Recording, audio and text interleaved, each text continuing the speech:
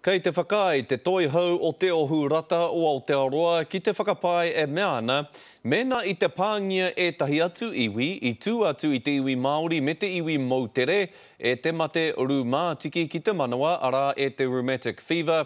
Kua kaha ke ake te mahi a ngā mātanga hauora ki te kimi rongoā. Ko tā te tākuta mahi he whakatika i te kino, he kimi i te rongoā hei patu i te mate.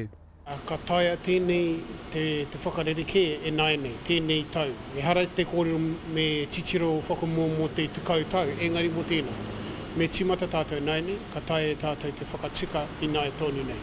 Kei te kōrero wa tākuta Jansen mō te toko maha o ngai Māori, kei te pāngia e te mate rūmātiki.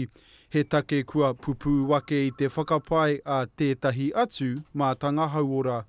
Ka huri ki ngā whakaaro o tākuta Jonathan Jarman, hei tāna, i te mea he tino kino tēnei raru i Wainganui i te Māori, kaore i te arohia e wētahi atu. Kei te whakai koe?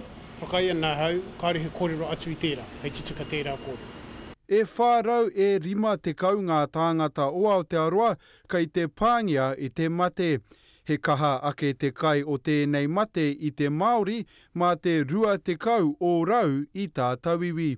Ka piki ake tērā ki te toru te kau mā whitu o rau mō ngā mautere.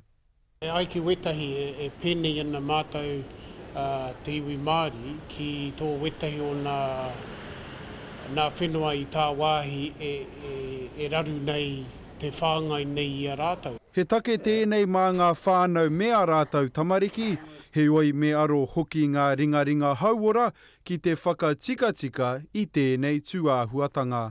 Ka tika kia patu te whakamā kia ngai tātou nā tākuta. Tātou e mahi nei roti nā mahi hauora. Me te manako ma taua whakamā, ka ara ake he rongoā mo tēnei mate. He ta Gardner, te